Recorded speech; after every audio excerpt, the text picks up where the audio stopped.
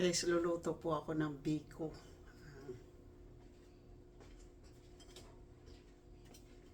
Meron na po akong sinaing na malagkit.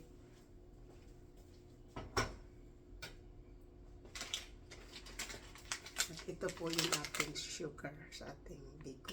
Ito po ay panutsa. Ito yung Bisayang biko po.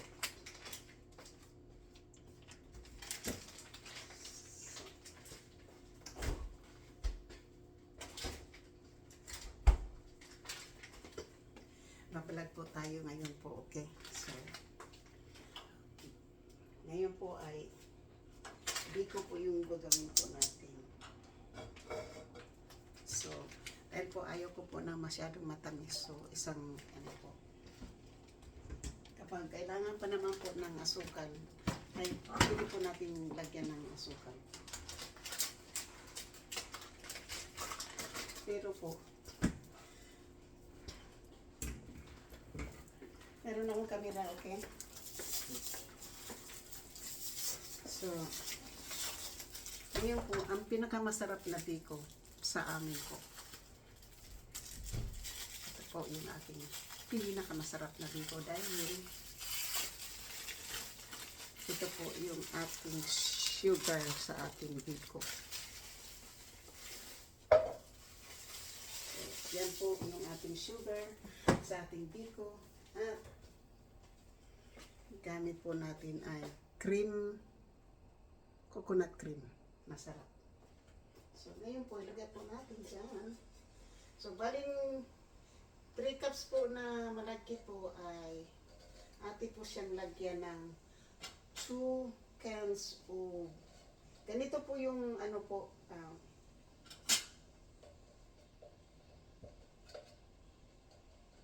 pakita ko po sa inyo kung bakit gusto ko po yung cream.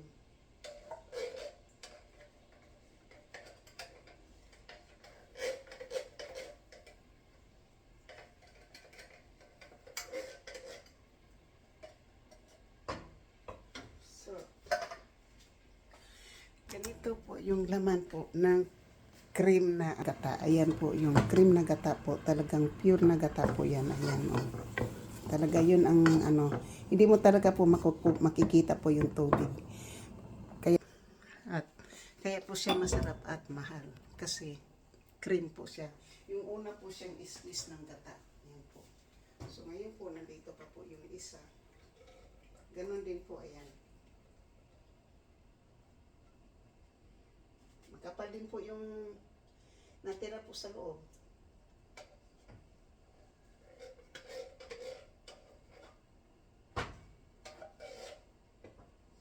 So, gagawin ko po, lagyan ko po ng tubig na kaunti po. Para makukuha po natin lahat po yung tatapos sa ilalim.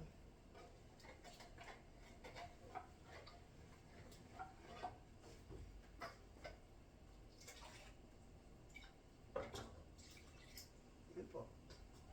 So, ngayon po, ang ilalagay ng ano po natin yan dyan, ngayon.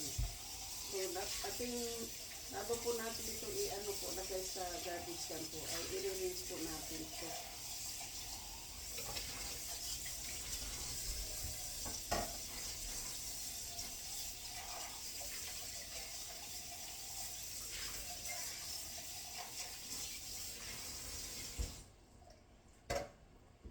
So ngayon po, naka-rinse na po yung ating ano po. So ngayon po, lalagyan ko po siya ng kaunting asin.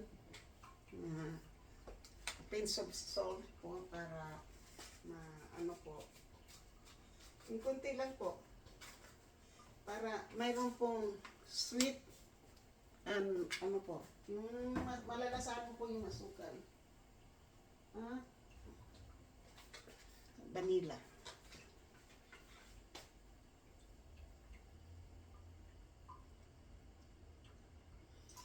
Dalawang takip po ng vanilla po. Kasi yung dalawang takip po ay 2 teaspoon po yan.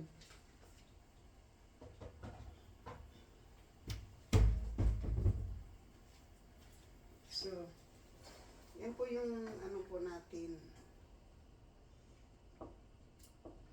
Masarap po yan, mga kaibigan. Masarap po yung ating ano. Ganito na po yan. Kasi na ano na po yung gata po. Yan gata. Yan. Tunaw na po yung ano. Pero yung gata talaga po, yung talagang gatang-gata po yun. Yan po ang pinakamasarap yan. Yung talagang ano, yung cream ang gagamitin po na ano, na gata. Kasi masarap po yung gano. So mayroon na po siyang vanilla, mayroon na po siyang asin, at nag-iisa pong ano, itong panutsa po, nag-iisa. Kasi pag iubos po nyo ng dalawang ano po yan, ganito po yan, napakita ko po sa inyo yung ano, kasi kalahati lang po yung ano po, ginamit ko po. Kasi talagang matamis na po yun. Ayaw ko kasi yung matamis. Ganito po yan. Ayan. 2 piraso po yan. Ayan. 2 piraso. So, masarap po yan siya. Ang tawag po sa amin yan ay kalamay.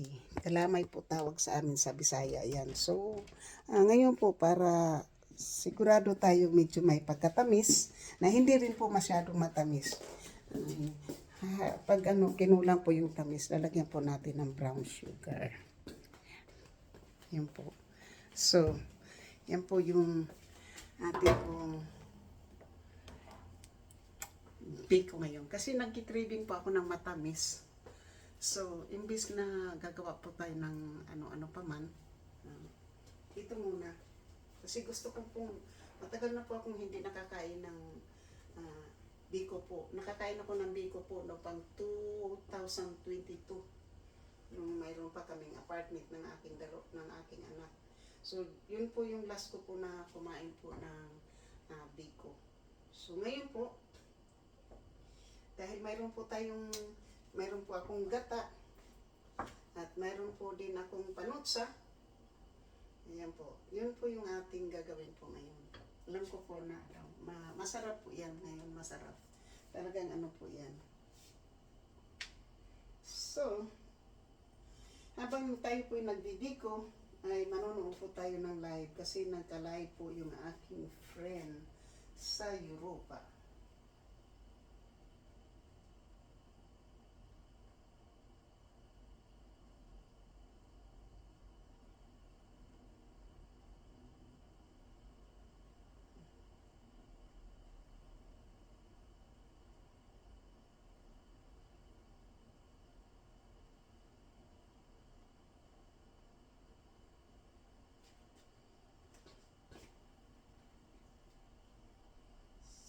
Hotel din official. Kitty screen. Chibani. Dami ano.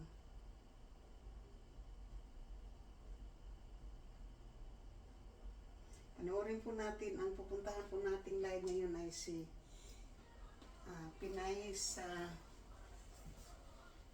sa ano po yan. So, ngayon po, since mayroon pa akong kukunin doon sa loob, dadalhin ko po yung aking camera kasi mayroon pa akong kukunin sa loob.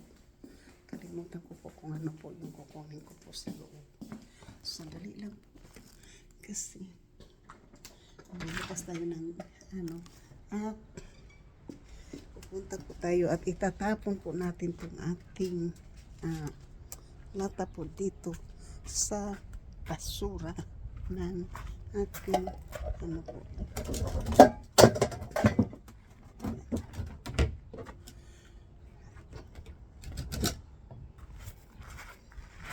So this week po, ilalagay po natin yung ano, yung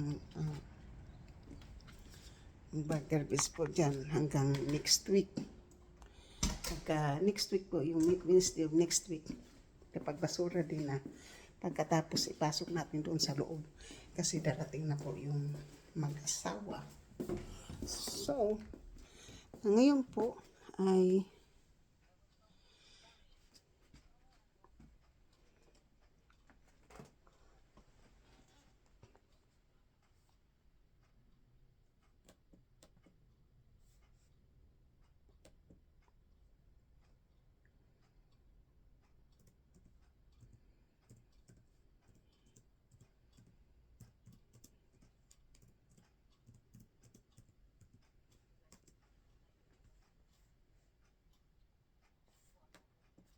So ngayon po, ang lalagyan po natin ng ating biko mamaya ay ito kasi ilalagay po natin to sa oven.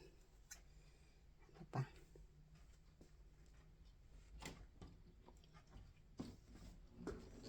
Lagay po natin sa oven. So, yan po yung ating, kalimutan ko po kung ano yung kukunin ko po. Nakalimutan ko po. So, hindi ko na po yan alalahanin kasi nakalimutan natin kung ano po yung ating kukunin. So,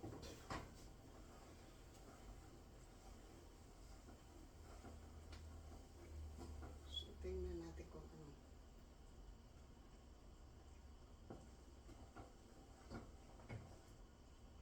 So, hindi pa tapos.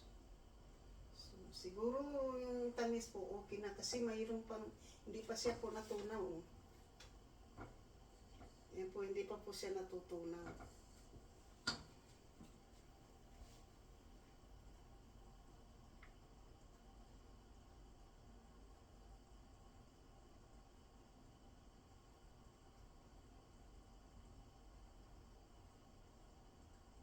Hmm.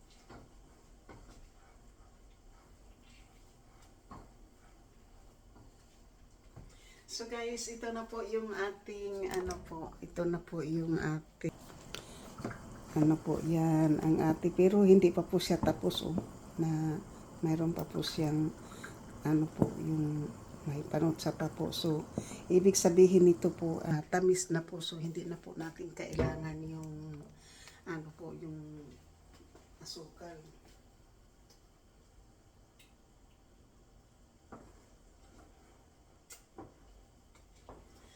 Talaga po, pag pinutsa talaga po yung gagamitin mo.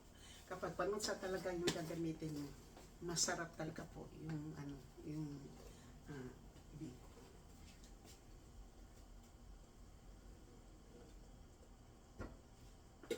So, konti lang po yung idagdag natin po kasi talagang ayaw ko po ng matamis.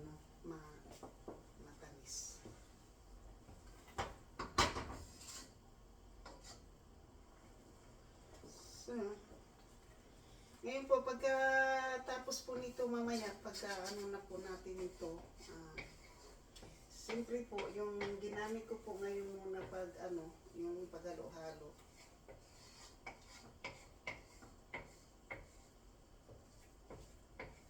Ay, itong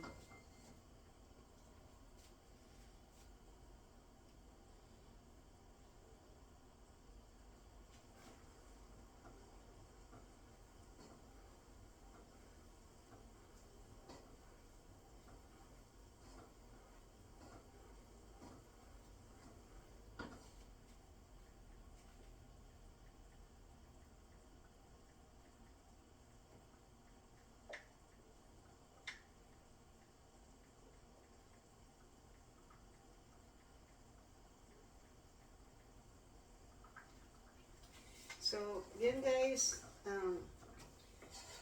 po itong aking biko ngayon po, masarap kasi po, pagkatapos ko po ito mamaya, ay ilalagay ko po ito sa ubing. I-ubing ko po ito. Sorry po kung malayo po yung ating, yung ating video po. Pero okay lang po yan, kasi po yan. So, ang paggawa po ng secret po na biko po, yung talagang malapot na po yung malapot po yung naalala ko na po yung aking kukunin doon sa loob. Sandali lang po Kaalala ko na po yung aking kukunin sa loob. Kaya para hindi ko po maiiwan yung aking pagbablog ay dadalhin ko lang po itong aking pun dito sa loob. Kasi po, ito po yung kailangan ko po ganito. Kasi lalagyan po natin to ng latik. Yung tawag po sa amin yung yung caramels na gata po at saka asukal ay latik po tawag sa amin yan. Pero yan po talaga yung biko. Na pag gumagawa po nanay ko ng biko, yan po talaga yung pagbibiko namin. Hindi kami gumagamit ng brown sugar.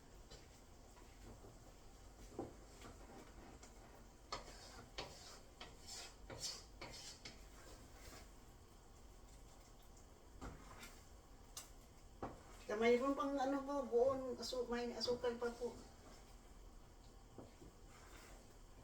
So, yan po yung po. So,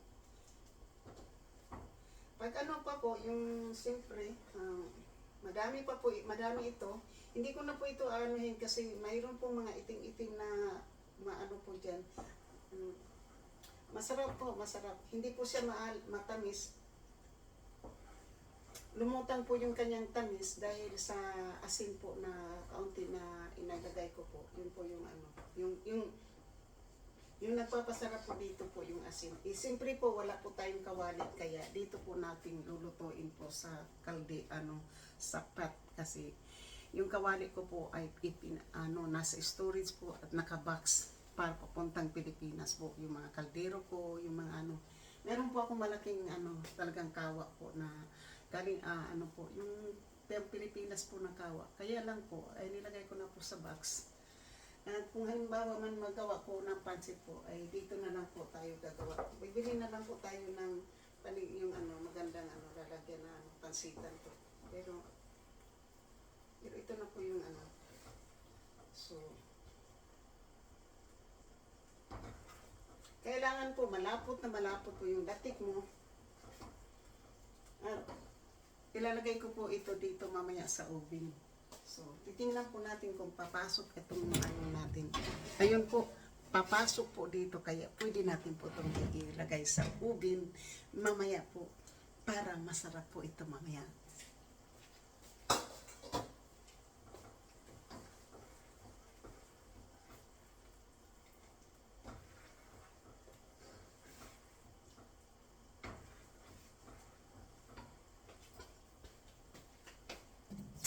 Sarap yan mamaya po kapag nalagay po natin sa oven. Bawat ano po nyo, bawat init po nyo, mayroon latik po doon nakadikit.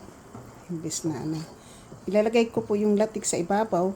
Pagkatapos ilalagay po natin sa oven.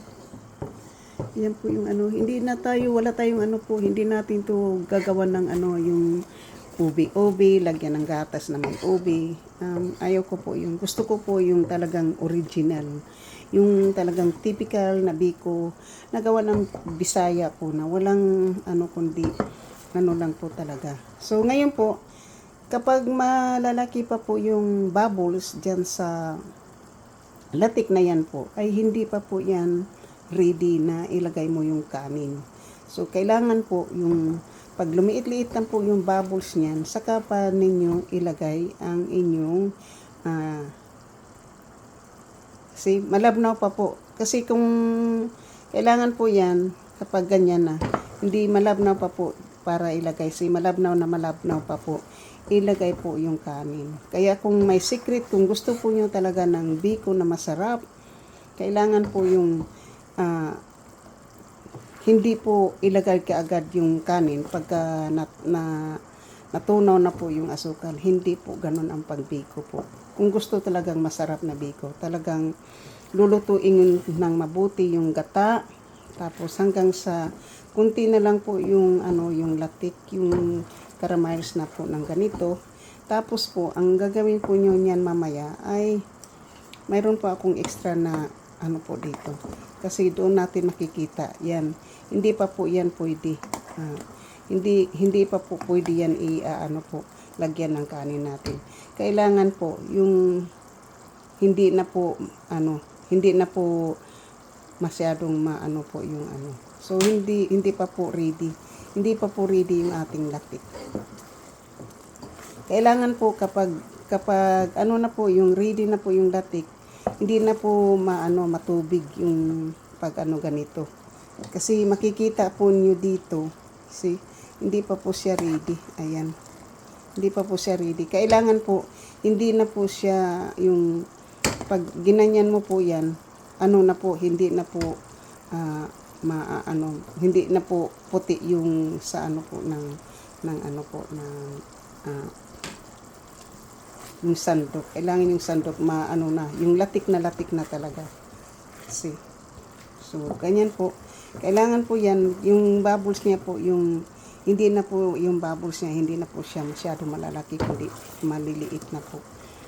Saka na po yan. Kailangan po ay sa dalawang sa dalawang latang gata po, magiging isang latang gata na lang po kumbaga.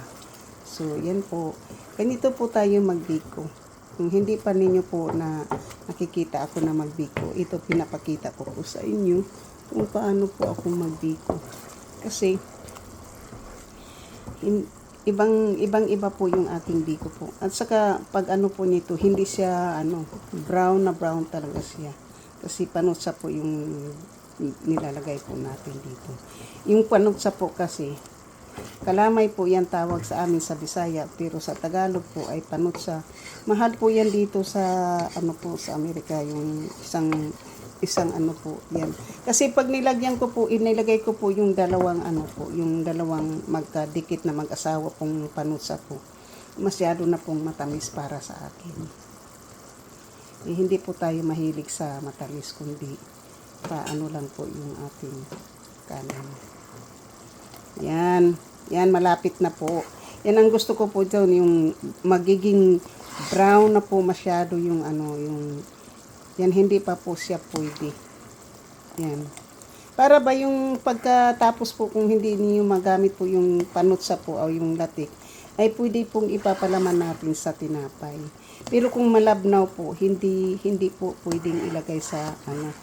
Yung ano ba, yung matamis na bao po, yun ang tinatawag na matamis na bao. Yung ganun po ang pagkalagay po ninyo dito sa paglalagay po ng biko. Yan. Kaya ko lang po ito ginawa. So, ito po yung ano nandito. Ano pa po, malabnaw pa po yan. Kasi pag ano na po yan, hindi mo na po siya ganyan. Hindi na po yan didikit ng ganyan. Nahulog po ang ating sandok.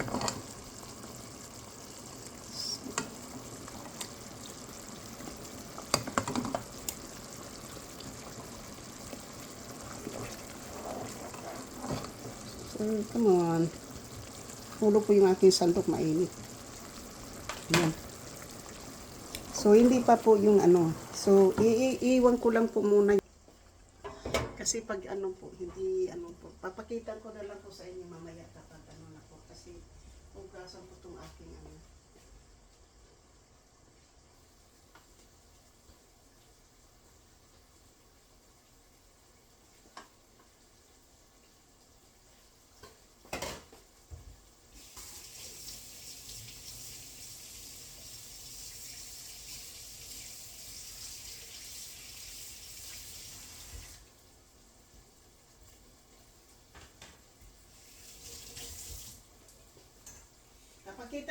Papakita ko po sa inyo mamaya kapag luto na po itong ano na po itong gata na po.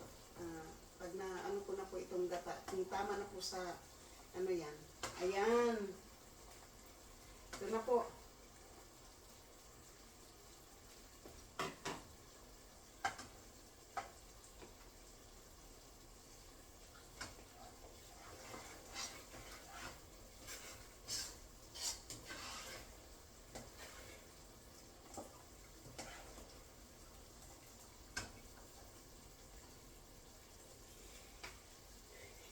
Ito na po yung tamang timpla po. Kung paano ko gagawin po yung ano. Tama po na ano po na ano ng latik po. Ayan. Yan. Yan po yung gusto ko po. Yung ganyan na po na pagkaano ng latik. Yan. Tingnan po nyo yung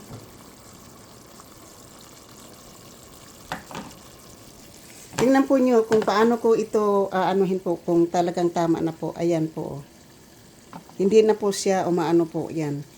So, dumidikit na po siya sa kamay. Ayan. So, yan po yun po ang tamang ano po. Ayan. So, yan po. Kailangan po lumiit po yung mantika. Hindi po natin yan paaanuhin po. Yung hindi po natin siya pa magkaroon ng oil. Kundi ang texture po ng ating pagdidiko. Yun po ang maganda. So, ngayon po, ibabalik ko po muna doon kasi kukuha po ako sa ibabaw ng biko. Kasi luluto na po tayo. Kailangan ko na po ng haluin po ang ating biko. So ngayon po, magbawas po tayo ng, ganito na po yan, ayan.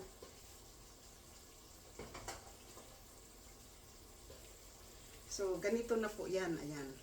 Yan ang kailangan ko po sa ating biko.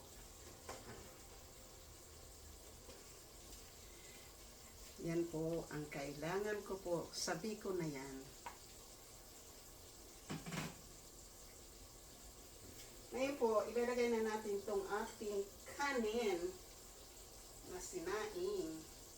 Kadami po sa 3 cups.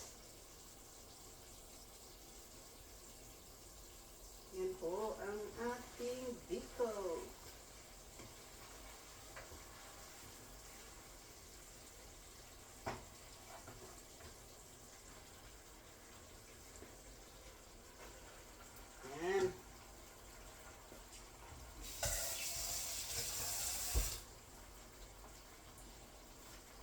So, ngayon po, i-on ko po yung ano.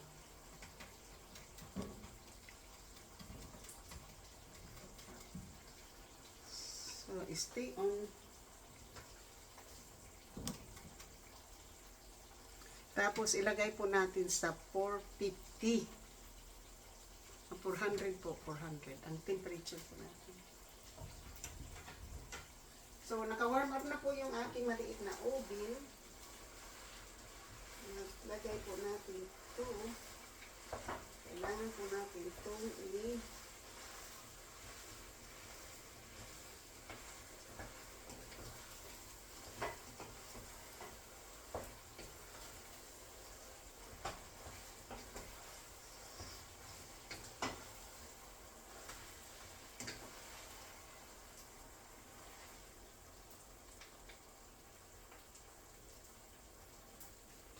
so, mamaya na yan.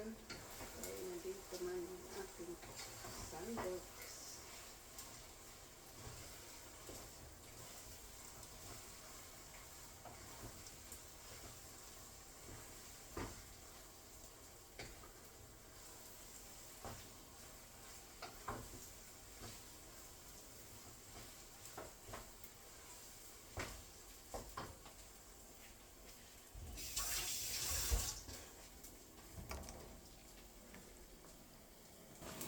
Ang kakaiba pong paggawa ng biko, ito po ay biko po na Bisayang biko po, na hindi ko po siya lalagyan ng ay anong ano pa po dyan, kundi ang gata lang at saka yung asukal. Kasi hindi ko po kailangan ng mga ubi-ubi po. Ayaw ko po ng ubi na pandesal. Ayaw ko po ng ubi, pagkakain po ako ng ubi lang po yan. Kung halimbawa gusto kong maghalayang ubi lang po yung aking gusto. Yan po. So, yan po ang ating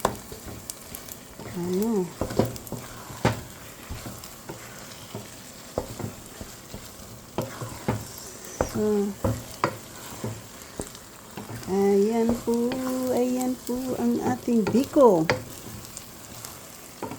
So, ayan po. Kapag hindi na po siya natin mahahalo, saka pa po siya natin patayin.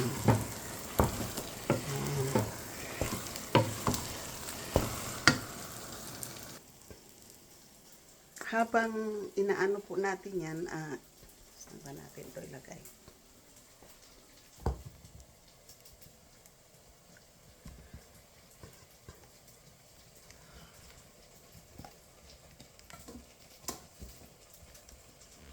Lagay natin po siya dyan. Siguro hindi naman po siguro siya So ngayon po, itong ano na po natin. Lalagyan po natin ito ng latik. Lalagyan po natin ito ng latik po. Ganito. Kasi ito po natin ilalagay po yung ating biko. Yan. Ganyan po yan. At saka pag po, kung halimbawa po may sobra ito po, doon po natin to pwede po ilagay sa tinapay po kapag gusto po tayo magtitinapay, di ba? So, yan po yung nilalagay ko na po dito kasi yan po yung So, ngayon po, dito na. Kasi po, nandyan naman po kayo. Mukhang makikita po ako dito na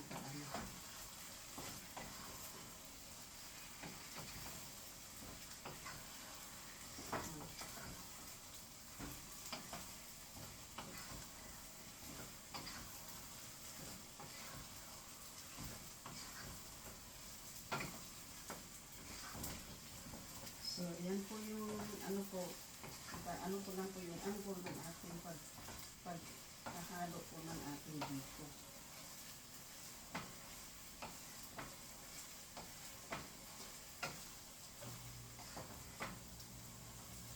So, ito na po yung biko ko. Ito na po ang aking biko. Yan. Yan na po yung biko na masarap na biko po. Tapos na po yan. So, ngayon po tapos na po yan ay atin na po siyang ilalagay dito sa tapos na po ang aking biko.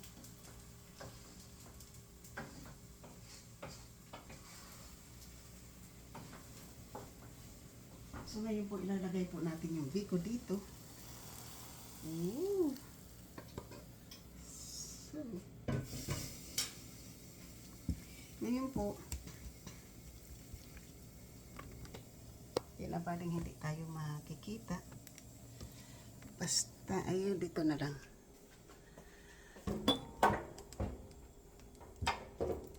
Ay, mainit na po yung ating oven. So, ngayon po, nandito na po yung ating biko.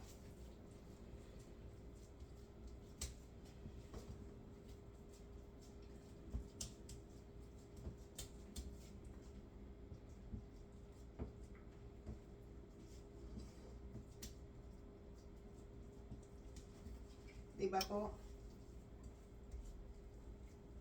Bago po natin makain po yung ating biko, so,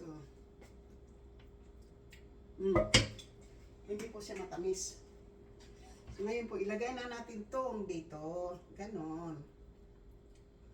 Iubos na natin to po. Kasi, yan ang purpose dyan.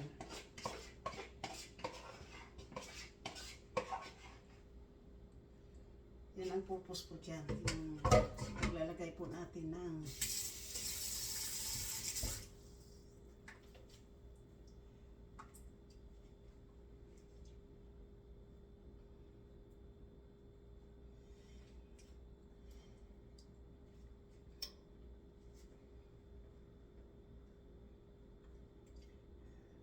at wala man din ng kakain, ilalagay ko na po dyan. Oh. Dahil ako lang naman din po ang kakain, sayang naman din po yung yung latik. So, bago ko po siya ilagay po sa oven,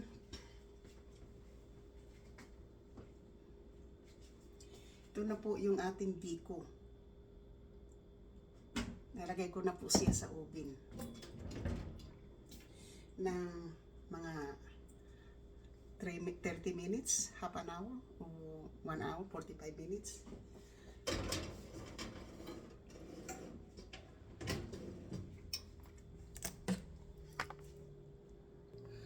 So, nandoon na po sa loob yung ating biko po, nasa oven na po. So, sa muli po, maraming salamat sa inyo. Shout out po sa lahat-lahat po ng aking mga minamahal na mga subscriber, sa aking mga minamahal na silent viewer, sa aking po mga minamahal na mga OFWs, kaibigan matindi, at sa aking po mga minamahal na mga sulit na sumusuporta po ng aking channel. Maraming salamat po. Ngayon po, sana ay hindi po kayo magsawang sumusuporta po ng aking channel, at sana hindi po rin kayo magsawang manood, at sana po ay hindi rin po kayo mag-skip ng ad ng aking channel, dahil magtatagumpay kapag nagtagumpay po yung ako, kung nagtagumpay man ako, ay tagumpay din po nyo. So, maraming salamat po. Shoot out sa lahat-lahat. Hindi ko na po kayo maisa-isa na mentionin, pero isa lang po yung masasabi ko po. Shoot out po sa aking pinakamamahal na sponsor, at sa akin pong pinakamamahal na super chatter na si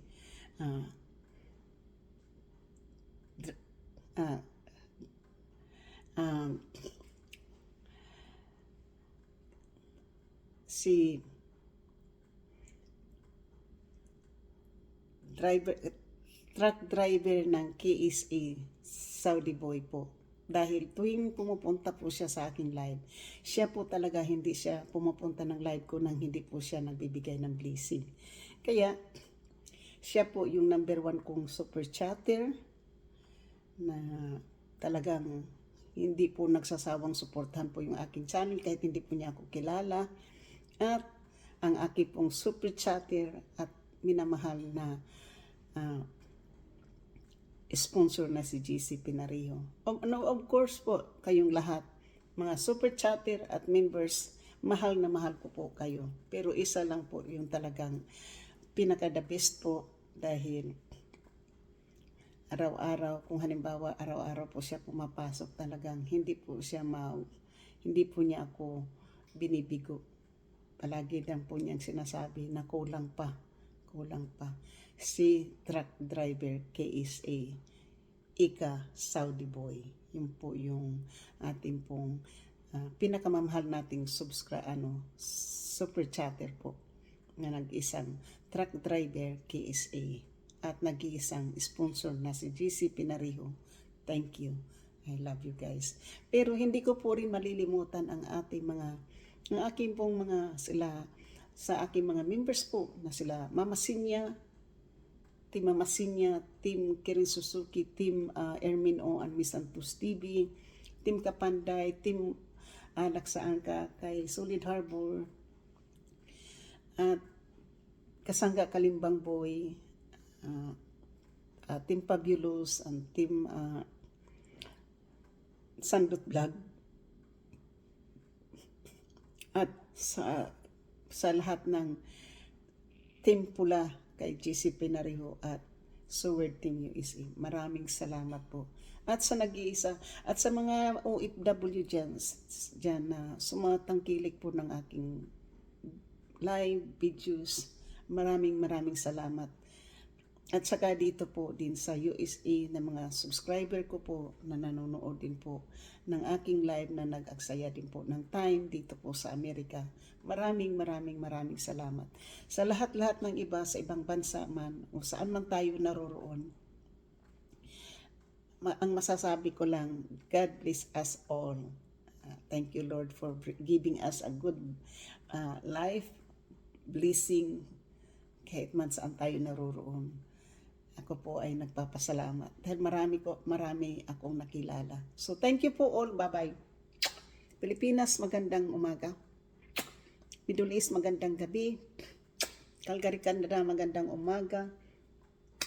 At dito po sa San Francisco, magandang tanghali na po. Bye-bye po. Bye-bye.